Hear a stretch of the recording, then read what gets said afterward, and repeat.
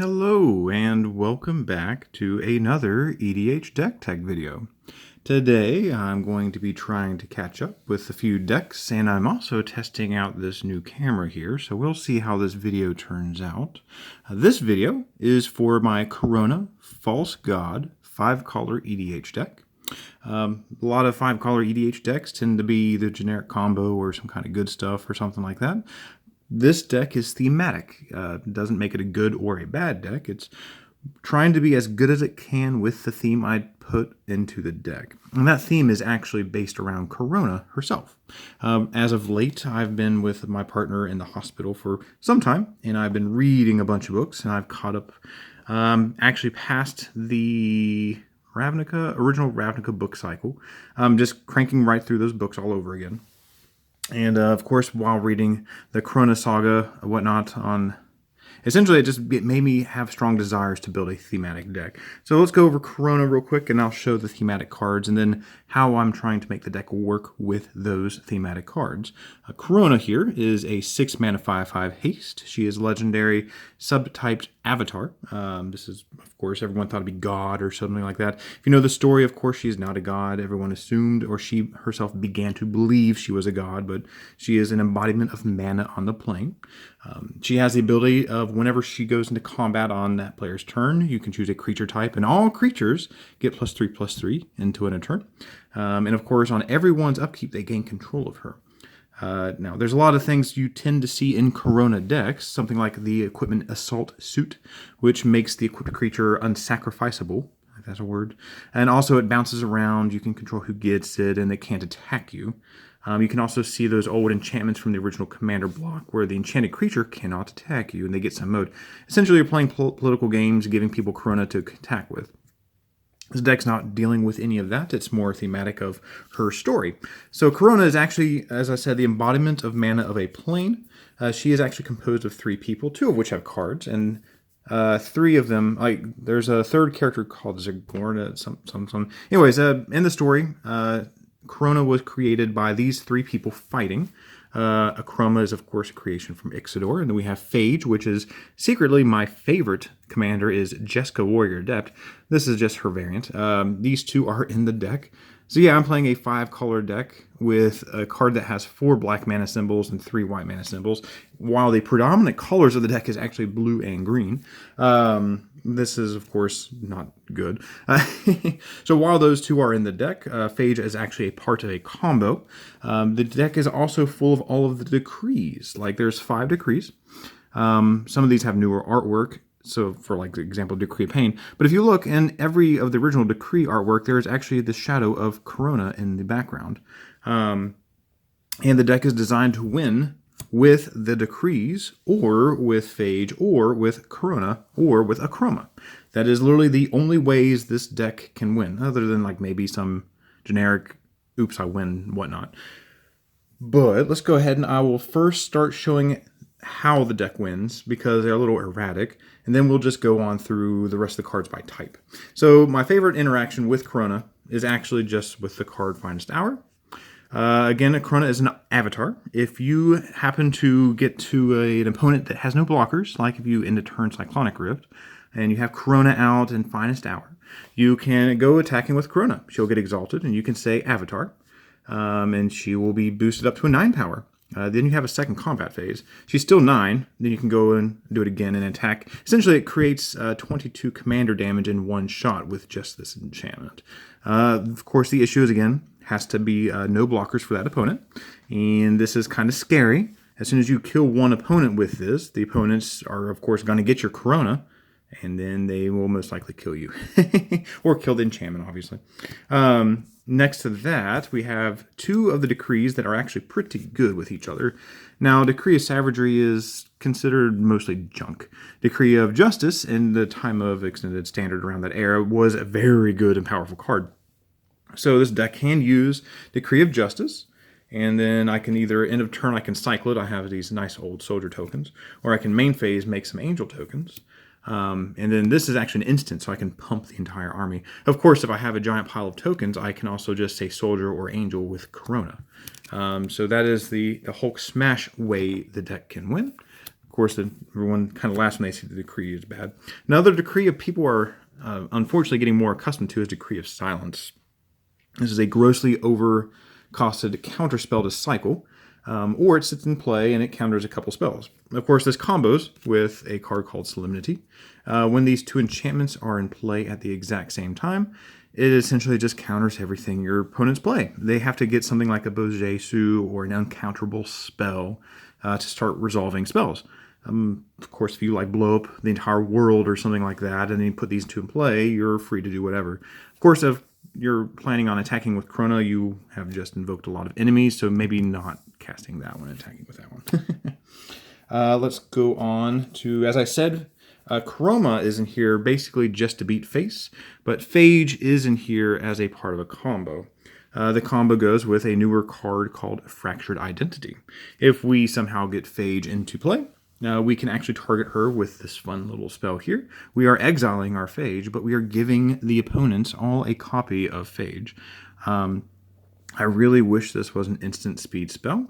This ability, this trigger, actually goes onto the stack and can be responded to. So had this been an instant spell, you can actually reanimate Phage with like a 1 mana spell, then cast this and kill everybody. But of course, this is a very mana intensive spell. This is 7 mana plus 5 mana. 4 black, black, black, black, and then white, blue. This is not exactly the easiest of combos to assemble. It's just here because it's really funny. Let's go on to the final setup here. There's one other decree that we haven't touched on. Well, there's Decree of Pain. Everyone expects Decree of Pain to be in the deck, but we actually have the Decree of Annihilation. We don't really want to hard cast this. We actually want to cycle this to blow up all the lands. And as a duplicate, we have the Armageddon to go with it. These are not exactly the most fun cards to some people, but again, we're playing a thematic deck. You can even see Phage just waiting on this to happen in the artwork there. To go with these, we have 2 spells to prevent us from losing our lands. Boros Charm makes our permanents indestructible at instant speed. Same thing with Heroic Intervention. The fun, since both of these things are instant speed, we can cycle this at instant speed.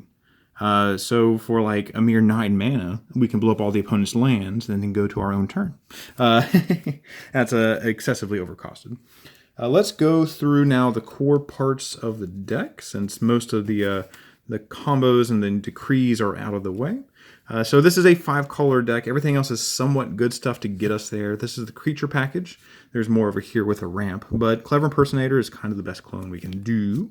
We have a Karmic Guide. Again, it's a nice little reanimation thing. It's some good enter the battlefield trigger stuff here. Just ways a 5-color deck can survive, because we're relying on like 10-ish mana or whimsical win cons. We have a Woodland Bellower, which has a nice little package of green creatures it can pick up here. Again, it does not get legendaries, otherwise you'd see things like the Nisa that flips Planeswalker in here too. And of course we can chain that together with the Fierce Empath to pick up some other larger, better creatures like the Suntine or the Sphinx or Phage or Akroma. Again, there's a bunch of ramp packages. I think we have 15 green ramp spells in this deck. So again, this is predominantly green. The secondary splash is blue. Everything else is extra. So we have the 1-drops in Birds and Noble. We have Sakura, Farhaven, things that help us get our lands into play. We have the 2-drop spells. This one, of course, is here. I'm running all of the snow basic lands I can. I actually have a tendency to put more basics than I should in decks due to non-basic land hate in my area. Although realistically, I'm the one that typically plays the non-basic land hate. So we have, again, 2 mana ramp spells. I think this deck has 16 basic lands. I have to double count. We'll get there real quick. Then we have 2 4-drop ramp spells. Again, this one is really good. It puts them to play untapped, so you can continue chaining on. Let's go through the rest of the spells here. There's some utility spells. We have a Hull Breach, a nice 2 mana get to permanents, always good. We have a lot of board wipes. Again, we have the Decree of Pain coming up, but we have all the 4 mana board wipes we can in these 4 right here, and the Decree of Pain. The last decree, the last little show of a Karona and a spell there. And of course the Cyclonic Rift, because blue spell with 1 blue mana in the cost is fantastic. Let's go through the last of the spells. We have a plethora of Tutors. Again, the deck does have a handful of combos. They're bad combos, and they cost infinite mana, but we might as well try to get us to that point in the game. So we have 1 for any card, for spells, for enchantments or artifacts, and just whatever card. We have a Singleton Reanimate. Again, had that Fractured Identity been an instant, this would be a much better combo with Phage. It's not, but this is just 1 mana to get really good value, especially since we have a bunch of board wipes in the deck. Same thing, just 2 mana to get really good value. Yawgmoth's Will is here because we have a massive complement of ramp spells, and this will help us rebuy some stuff. And more casual metas, this actually had just replaced Prayer's Council, but we wanted more faster spells because, again, the deck is self-limited, have to actually be able to play it. We have some draw in the Factor Fiction, Sphinx's Rev, Wheel of Fortune, Recurring Insight, and a Time Spiral. I'm actually tempted to replace this or this with, like, if I can get another Collector's Edition Time Twister. That might be good in here too. Now let's go through the other permanents. There's a fair number of enchantments in here. Of course, we have the cheapest ones we can to get us into the late game. Sylvan Library being just a very powerful card. We have Aura of Silence. A fun thing to play with that Sun Titan is Aura of Silence, just taxing people, slowing them down, giving you a chance to actually get there. And we have Mirari's Wake for a singleton mana doubler. Treachery is just a fantastic inclusion. Again, 5-color deck, good stuff card. This is kind of the best we can do. And we have Mana Crypt, and this fell out. A Soul Ring. There's only 2 artifacts in the deck, and that is these 2 right here. The rest of this deck is my lands. Let's go here real quick. So that's a giant stack. Let's break this up. There we go. So there's a non-basic lands first. We have only 4 that are not shock fetch basics, and that's a Command Tower. We have a City of Brass. We have a Reflecting Pool and Temple of the False God. So this should be like a Mana Confluence or something else. This is here because it is referencing Karona herself. There's actually a newer land. I think it's one of the cycling lands, the red one, something Memorial of War. It shows the remains of this temple in the background. I'm not playing that in this deck. But again, for this deck to be optimal as a 5-color deck, this should not be in here. This is honestly a card I'm not even playing in. I think maybe I have over 20 EDH decks currently, and I think this is in 2 of them. But yeah, we have, again, the 10 fetches. Let's go through these real quick. These will be staying in the deck. 10 fetches usually goes well with the 10 shock lands. But since I am playing a fairly casual deck, this is very casual. Yes, it has combos, but it's not fast. I'm thinking about swapping back in my 10 fake dual lands to replace these. Because, yeah, old shocks are nice, and they essentially do the same thing. These are financially valuable, and this deck doesn't really... it's that weird point where I'm not sure if the deck is worth keeping them.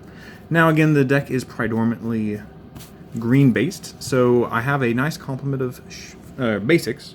They're all snow-covered to go with that one single 2-mana ramp spell. We have 4 of the forests, 4 islands, and only 2 of all the other basics. Again, that's a very high volume of basics for a 5-color deck. Again, that is anti-non-basic hate. That does really hurt sometimes when you're trying to ramp out specific spells. That's why the curve on this deck, except for the decrees, is rather low. Now, again, there's other things that I actually need to pick up for this deck. One very specific card being a Chromatic Lantern. I only have 2 currently, and they are spread out to other decks, but one of them should be in this deck. But yeah, this is my Karona False God thematic deck. The deck is not exactly the strongest, but it is very fun. I love running decks that have suboptimal and fun win conditions, being a Karona, attacking with a Chroma, or resolving Phage and seeing if that actually lasts a turn cycle.